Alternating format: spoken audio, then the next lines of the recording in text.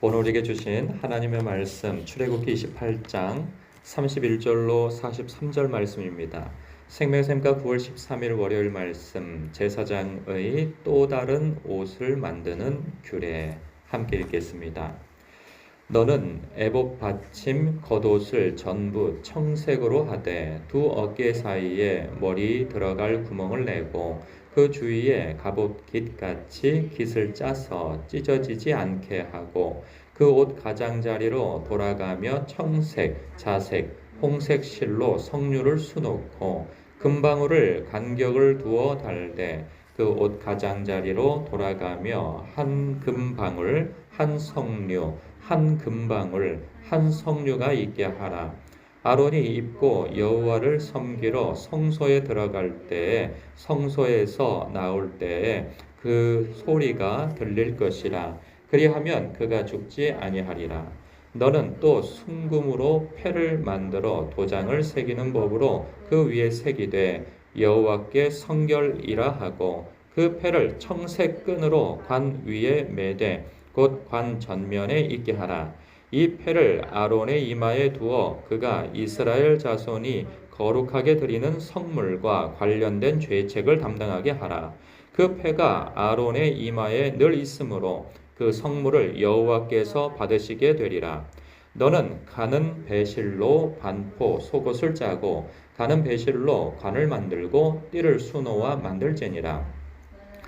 너는 아론의 아들들을 위하여 속옷을 만들며 그들을 위하여 띠를 만들며 그들을 위하여 관을 만들어 영화롭고 아름답게 하되 너는 그것들로 내 형 아론과 그와 함께한 그의 아들들에게 입히고 그들에게 기름을 부어 위임하고 거룩하게 하여 그들이 제사장 직분을 내게 행하게 할지며 또 그들을 위하여 배로 속바지를 만들어 허리에서부터 두 넓적다리까지 이르게 하여 하체를 가리게 하라.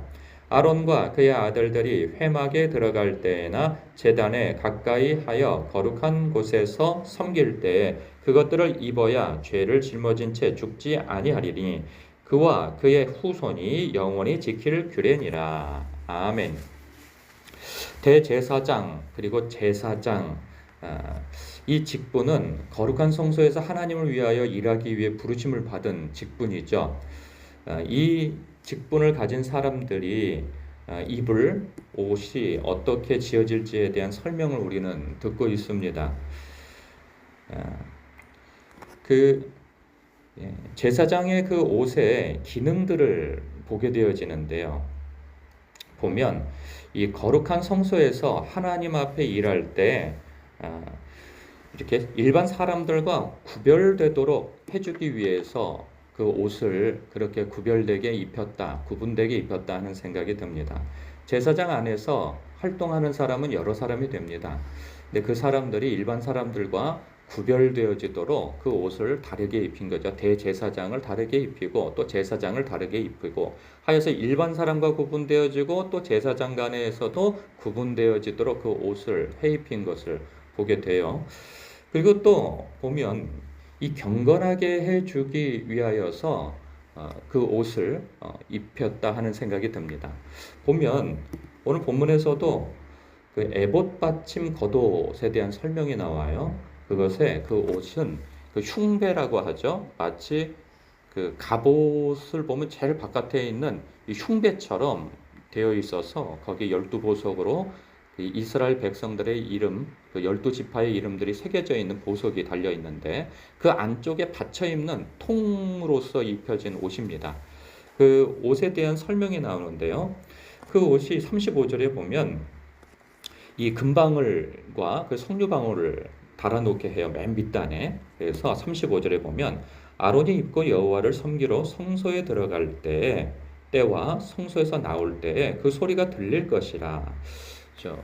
그러면 왜 이 방울 소리를 들리게 했을까 싶은 생각이 듭니다. 뭐 여러 해석들이 있습니다. 뭐 성소에 들어가서 죽게 되어지면은 이 소리가 안 나니까 죽었는지 살았는지를 알게 하는 표시로서 방울을 달았다. 뭐 그런 얘기도 있긴 한데 그건 좀 너무 극단적이라는 생각이 들고요. 이런 생각이 듭니다. 대제사장이 안에 그 성소에서 이제 직무를 보게 되어지면 하나님의 어떤 그 성소 안에서 여러 가지 일들을 보게 되어진단 말이죠. 그럴 때 이런 게 있어요. 여기 강대상이 있는데 강대상이 이렇게 있으면 사람이요 이렇게 움직일 때 만약에 삐끄덕 삐끄덕 소리가 나면 사람이 여기서 막 빨리빨리 움직이게 되어지겠습니까? 예배 중에 그렇게 안 되잖아요. 움직임을 최소화하고 이러한 소리가 들리지 않도록 조심스럽게 행동하게 되어지는 거죠. 사람은요 어떤 소리가 나지 않으면 자기의 행동에 대해서 이렇게 의식을 못하게 되어집니다. 특별히 거룩한 하나님의 성소 안에서 뭐 여러 가지 직무를 보게 되어질 때 그 움직임이 스스로 자각을 하도록 하는 어떤 장치라는 생각이 듭니다. 그래서 그곳에서 이렇게 경거망동하게 행동하거나 이렇게 분주하게 행동하지 않도록 이렇게 움직일 때마다 사실 딸랑딸랑 소리가 나잖아요.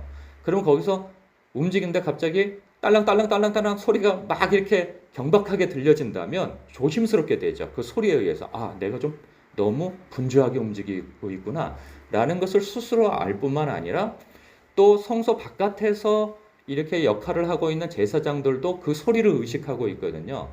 그러면 제사장이 딸랑딸랑 막 빨리 움직이면 분주하게 들을 수도 있고 아니면 또 안정감 있게 들을 수도 있는 것이죠. 그래서 그 소리, 그 방울의 소리는 이렇게 조심성을 갖게 하기 위한 장치다라는 생각이 듭니다. 그래서 이렇게 이 경건하게 해주는 조심성 있게 해주는 그런 그 장치로서의 기능이다라는 생각이 들고요. 또 하나는 그 옷 자체가 그 제사장을 거룩하게 해줍니다. 그리고 그 옷 자체가 또한 그 제사장의 역할인데 그 중보자의 역할이죠. 그 중보자의 역할로서 백성들을 또 거룩하게 하는 그러한 기능을 가지고 있음을 엿볼 수가 있어요. 그게 뭐냐면 이 41절에 보면 이렇습니다. 너는 그것들로 내 형 아론과 그와 함께한 그의 아들들에게 입히고 옷에 대한 이야기죠. 제사장들이 입어야 할 옷에 대한 이야기인데 그들에게 기름을 부어 위임하고 거룩하게 하여 그들이 제사장 직분을 내게 행하게 할지라. 그러니까 그 옷을 입는 것 자체로 인하여서 구별되어질 뿐만 아니라 거룩하게 되어진 거죠. 의롭게 되어진 거죠. 그 옷 자체가 그들을 의롭게 해줍니다. 그뿐만 아니라 43절에 보면 38절이죠. 이 순금패, 즉 여호와께 성결이라 하는 머리띠 형식의 이 관에 써서 이렇게 황금패이죠. 그렇게 해서 그것을 매는 이유에 대한 설명이 나와요. 그래서 38절에 보면 이 패를 아론의 이마에 두어 그가 이스라엘 자손이 거룩하게 드리는 성물과 관련된 죄책을 담당하게 하라. 그 패가 아론의 이마에 늘 있으므로 그 성물을 여호와께서 받으시게 되리라. 보십시오. 이 아론의 어떤 행동이나 어떤 의롭게 되어지는 의식으로 인하여서 백성들이 바치는 그 죄책에 대한 제물을 하나님께서 받으시는 것이 아니고 이 여호와께 성결이라고 하는 이 패를 그 아론 대제사장이 이렇게 입고 있는 것으로 인하여서 그 받은 제가 이렇게 언어가 이렇게 잘해요. 그 백성들로부터 받은 그 제물이 거룩하게 되어진다는 거예요. 무슨 의미인지 전달이 됐나요? 그러니까 대제사장의 그의 행위가 그 제물을 거룩하게 해주는 것이 아니고 여호와께서 부착해준 여호와께 성결이라고 하는 그 패를 관에 딱 두르고 그 성물을 받아 하나님께 바쳤을 때 그 여호와께 성결이라고 하는 그 성패로 인하여서 백성들이 바친 그 예물이 거룩하게 되어진다 하는 거죠. 그러니까 자신도 거룩하게 되어질 뿐만 아니라 그 제물도 거룩하게 해주는 그 기능을 해준다는 거예요. 저는 이 말씀을 보면서 이런 묵상을 하게 되어집니다. 지금 우리도 마찬가지예요. 우리 신자는 예수 그리스도 안에 있는 우리 신자는 왕 같은 제사장들로서 부름을 받은 사람입니다. 우리가 이게 그 아론의 대제사장이나 제사장의 말씀을 묵상하다 보면 언뜻 이렇게 신자분들이 오해를 할 수가 있어요. 아, 제사장, 아, 목사님. 이렇게 생각할 수 있는데 그렇지 않습니다. 성경은 목회자를 제사장으로 부르지 않습니다. 제사장을 누구를 제사장이라고 얘기합니까? 예수 그리스도 안에 있는 모든 성도들을 일컬어 왕 같은 제사장이라고 부릅니다. 그렇기 때문에 여러분들은 성경적으로 표현하자면 여러분이 제사장이에요. 하나님의 제사장들이에요. 세상 사람들의 어떤 중간 매개체로서 제사장으로 부름받았다 하는 거죠. 그리고 또 성경은 신자를 일컬어 뭐라고 또 이렇게 칭해주냐면 갈라디아서 3장 27절에 보면 누구든지 그리스도와 합하기 위하여 세례를 받은 사람은 그리스도로 옷을 입었다 말씀해요. 우리는 사실 구약시대의 제사장들이 입은 그 옷에 비할 바가 아닌 예수 그리스도로 옷을 입혔다라고 그래요. 여러분은 예수 그리스도로 옷을 입은 왕 같은 제사장들이라 그렇게 칭함 받는다는 거죠. 근데 문제는 뭐냐? 눈에 보이지 않는다는 거죠. 우리가 믿음으로 우리가 어떤 사람으로 하나님께 부름받았는 것을 알고 그리고 내가 무슨 옷을 입고 있느냐 하는 것을 안다면 우리는 그 옷에 부름받은 그 직분의 정체성을 가지고 우리는 삶을 살아갈 수 있습니다. 사람이요, 무슨 옷을 입었느냐에 따라서 그 행동이 달라지는 것은 우리가 경험한 바죠.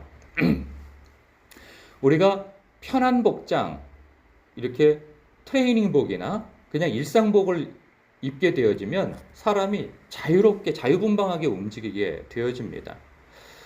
반면에 우리가 정장을 입고 있으면 우리의 행동이나 말하는 것도 조심하게 되어지죠.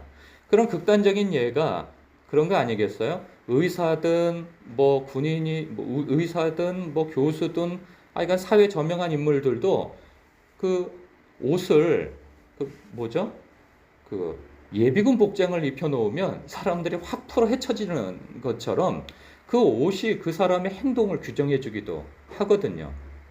그렇게 볼 때 우리 신자들이 왜 세상에서 살 때 그리스도인다운 삶을 놓치고 사는가? 그것은 하나님 앞에 자기가 어떤 사람으로 부름받았는가 하는 것을 놓칠 때 그렇게 가벼운 언행을 하며 살게 되어지는 것이죠.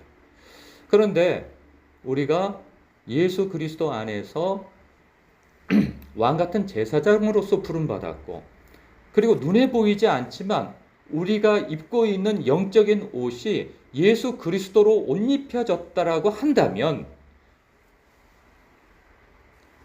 그 옷이 하나님 앞에 나를 의롭게 하는 것도 있지만 우리가 세상에 살 때 내가 그리스도로 옷을 입었으니 마치 방울 단 옷을 입은 것과 같은 삶을 사는 것이 마땅한 것입니다.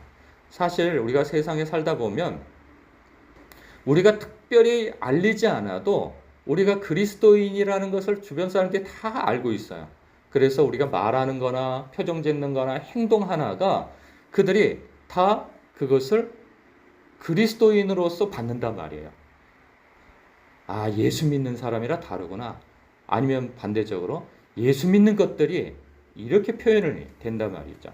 마치 대제사장이 성소 안에서 방울 달린 옷을 입고 이렇게 다니면 주변 사람들이 그의 행동 거지를 소리로 짐작하는 것처럼 우리의 말하는 거나 행동하는 모든 것들이 그리스도인으로서 사람들은 판단하고 정죄하든 영광을 돌리든 한단 말이죠. 그러한 부분에서 나는 왕 같은 제사장으로서 부름받았구나. 뿐만 아니라 내게는 그리스도로 옷을 입혀졌기 때문에 사람들이 나를 통해서 하나님을, 나를 통해서 그리스도를 보는구나 의식한다면 우리의 행동 거지는 우리가 참으로 조심스러울 수밖에 없다 하는 생각입니다. 오늘 하루도 이 말씀을 묵상하면서 내가 누구인지 그리고 세상 사람들이 그리스도로 옷을 입혀진 나를 어떻게 볼 것인지에 대한 의식이 사실 그것이 나를 이렇게 구속하는 것으로만 보기보다는 영광스러움으로 보고 하루하루를 이렇게 말씀 안에서 생활하시길 주님의 이름으로 축복합니다. 여러분은 왕 같은 제사장이요 그리스도로 옷을 입혀진 그러한 제사장으로서의 부름받았다 하는 사실 앞에서 주님 앞에 살아가시길 축복합니다. 기도하겠습니다.